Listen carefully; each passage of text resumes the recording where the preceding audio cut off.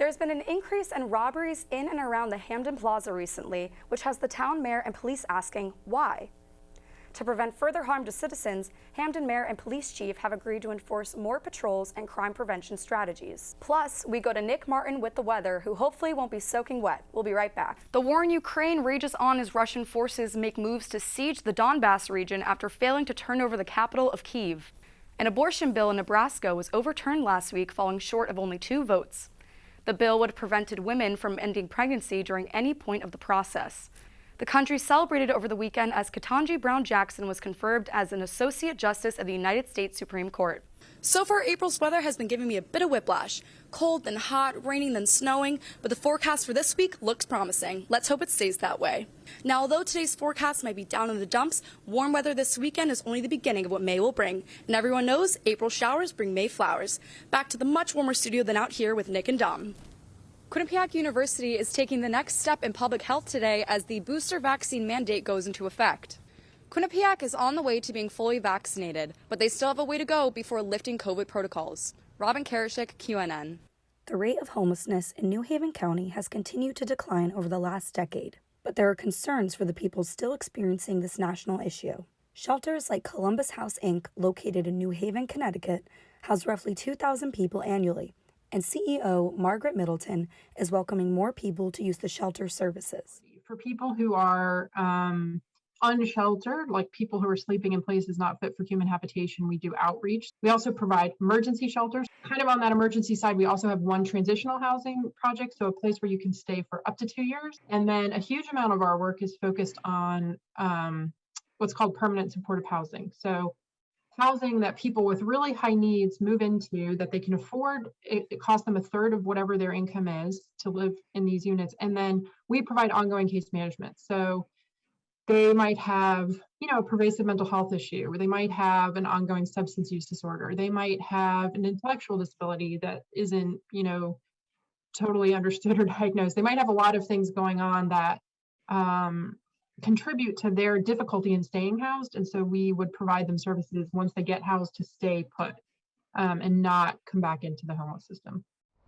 As winter weather continues to reach freezing temperatures, New Haven County officials are advising people to stay out of the cold as much as possible. But for the homeless population, without a stable environment, they are at a higher risk of hypothermia and frostbite. In terms of the cold weather, we were fortunate to have additional state funding dedicated to cold weather this year. So cold weather, usually around the state, organizations like Columbus House open what are called seasonal shelters, like shelters that aren't open the rest of the year and just open when it's very cold. Middleton also has close ties to the Grace and St. Peter Episcopal Church located in Hamden, Connecticut, which provides dinner for $1 every Friday night from 6 to 7 p.m. I love that program. We were hoping to run a warming center in the basement of that church this year, the Hamden Warming Center, which we've run for the last few years. It turned out that with Omicron, running a warming center in that location was not a good option, which is why the town is running it out of the community center instead. The work that's been done in New Haven County for the homeless has helped rehabilitate people into affordable housing. But there's still work to do for the remaining people in the county in order to start fresh. On March 16th, the Hamden Legislative Council and Mayor Lauren Garrett proposed a budget increase, which suggests a $15.8 million and 3.68 mill rate hike from the past fiscal year. This would raise the current mill rate to 56.12. The proposal would mean a 7% mill rate hike increase, which would cost taxpayers an extra $700 compared to this year. Hamden has the 4th highest mill rate among Connecticut towns, and it continues to grow as seen with the current proposed hike. This has raised concerns among residents who feel they are already paying too much in tax dollars. The Legislative Council meeting on March 21st had 80 residents present who urged for the board to cut costs. The Patch reported on multiple citizens who were displeased with the tax hike, expressing how finances have been difficult and another tax increase will only push them further from the community.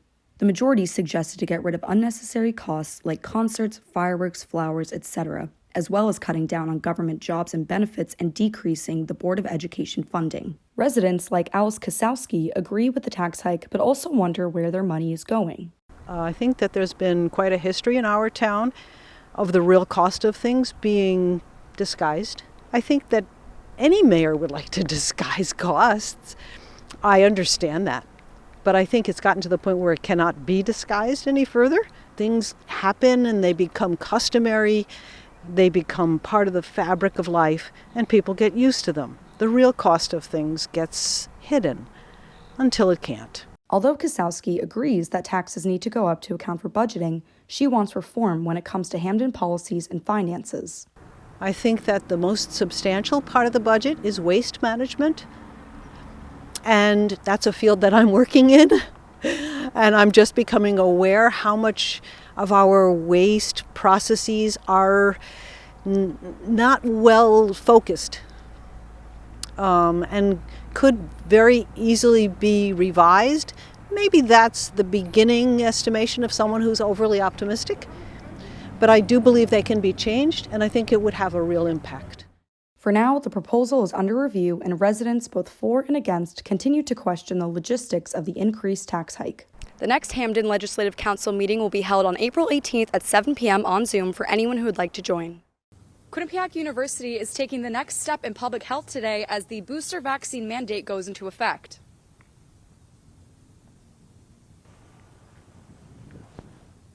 School officials notified students, staff, and faculty in early January that in order to return to campus for the spring semester, they must get a booster shot and upload the record to the Student Health Portal by February 15th.